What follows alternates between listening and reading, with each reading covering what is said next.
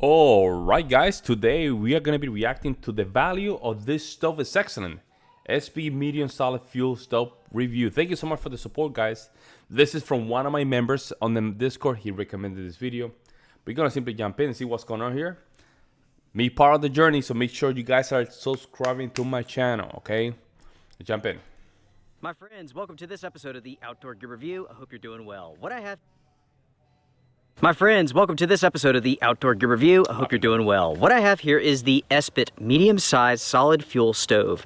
In the past, I've taken a look at quite a few of these. Some from Esbit, some from other companies, BCB for an example. This is the Esbit medium size. The company offers 3 different versions of this stove, a small, a medium, and a large.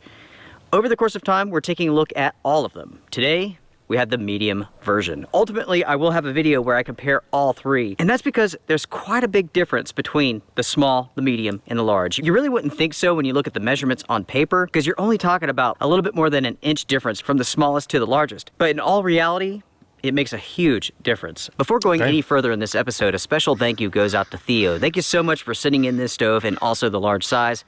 I appreciate it, and I know the community does as well. If you would like to send something in for potential review, feel free to. So here you go, folks. This is the Esbit stove, medium size. It's made from galvanized steel. When it comes to the measurements, 3 1/4 by 4 1/2.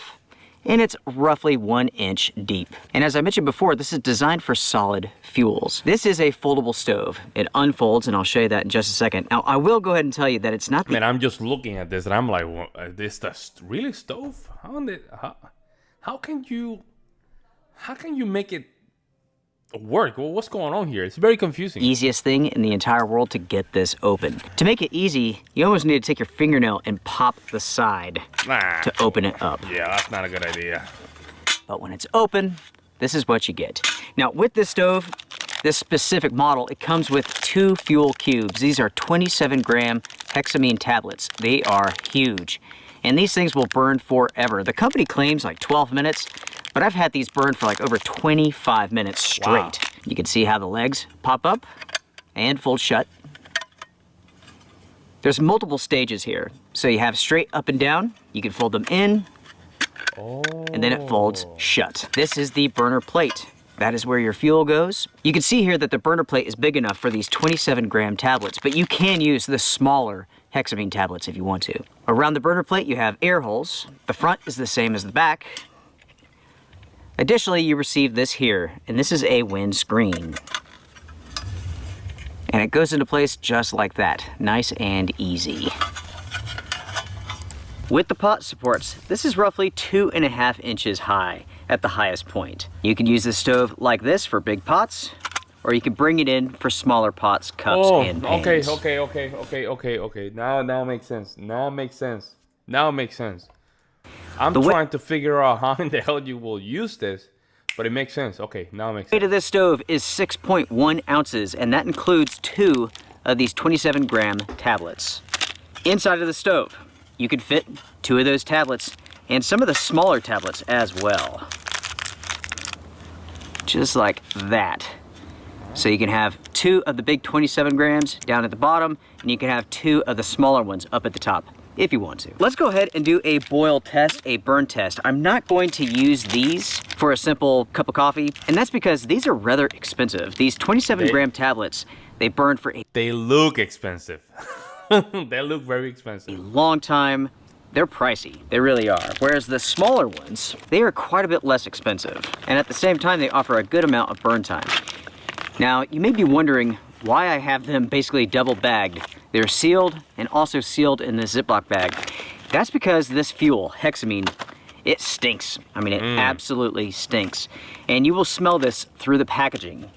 For an example, with these 27-gram cubes, you could smell this right now. It smells like shrimp. Unfortunately, this is toxic. So when you're around this, don't breathe in the vapors. In fact, you may want to use gloves when touching this stuff. It lights up fairly well, fairly easy. It takes just a few seconds from a lighter. There you go, that's it. Fold those in. Okay. Put this on, and we're off. Wow, that's not bad.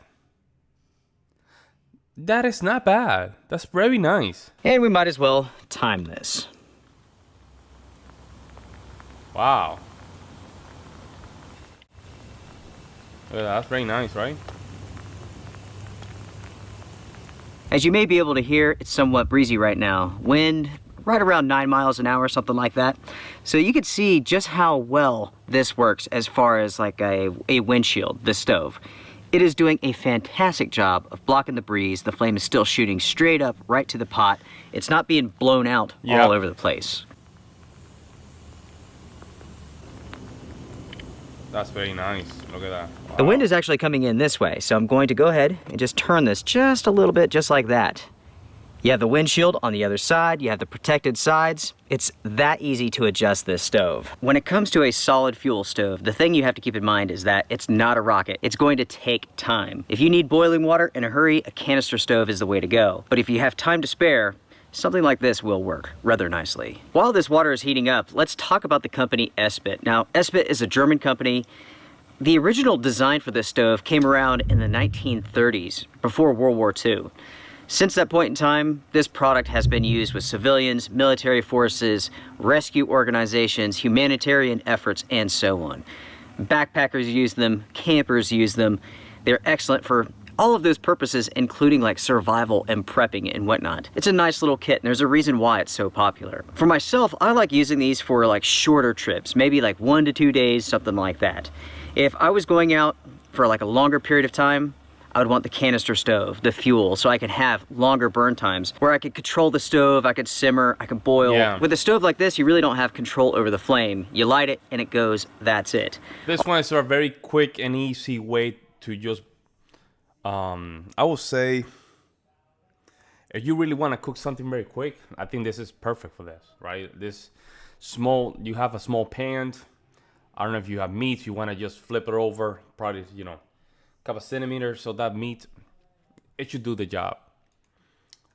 Also, if you're going out for longer periods of time, you have to carry more fuel. So you have these little blocks inside of your backpack. Some people will only backpack with something like this, and that's totally cool. For myself, I prefer the canister stove for backpacking purposes, really. But again, for like those shorter trips, 1 to 2 days, something like this is really nice. Also, when you're going out for those shorter trips, 1 to 2 days, and you want to go ultralight, nothing is going to beat this. I mean, this is a very light system. Okay, we're now at 12 minutes, and that is what is left.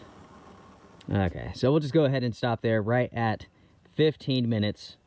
Yes, it's still burning, but it's not putting out much heat. So you can easily get 15 minutes off of one of those 15-gram cubes. For reference, everyone, this is a 750 milliliter pot. It works perfectly fine on this stove, and so does a small coffee cup just like this. This is from MSR. This is the Titan cup. This is very small, and as you can see there, it fits this perfectly. Yeah. It works very well. And of course, you could use this with larger pots, larger pans. In that case, you would simply unfold the legs and have them straight up and down. So there you have it, everyone. That is the medium-sized Esbit stove in action. So what do I think about this product? For $15, I think this is an awesome stove. I'm a fan of these $15 for that? Wow, that's cheap. That's very cheap. I was thinking like 45 or 50. No, that's cheap. That's cheap. Ultralight, compact, foldable, solid fuel stoves. For certain situations, certain trips, they work incredibly well. There's a reason why these are used with military forces all around the world. There's a reason why these are used with like outdoorsmen, outdoorswomen, and so on.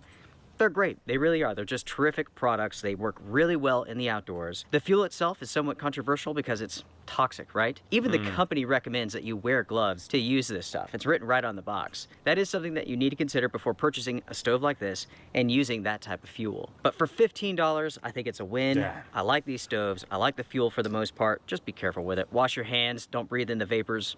You should be okay. Common sense, overall, folks. The pros for this, it's plain and simple. It's an awesome stove. It's easy to set up, easy to break down. You have the windscreen, and that works exceptionally well. The fuel is easy to ignite for the most part. And not only that, if you're thinking about, you know, the fuel might be a little bit of a problem, hey, get a lot of these woods here, dry wood, chop them with your hands and put it inside. There you go. You know, you don't have to use the fuel, but I think getting some of these wood over here, if they're dry, you know, you can try it.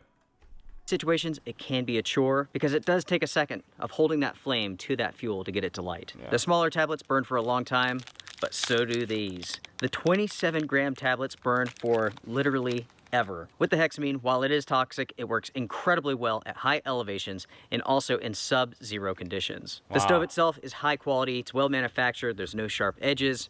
It's a good quality stove for 15 bucks. It's very lightweight, it can be used with other fuels from other companies, not just Esbit. There's a number of companies that make hexamine tablets, and you can use all of them, any size as well. The last pro that I have for this stove is that the walls are adjustable. So you can use this with larger pots, larger pans, smaller cups, smaller pans, and so on.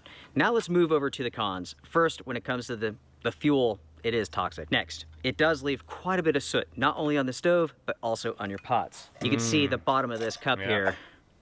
I mean, it's black. It is black. And the only other con that I have is that the fuel can take some time to ignite, and it can be difficult in windy situations. Those are the cons, the pros and cons that I have for this product.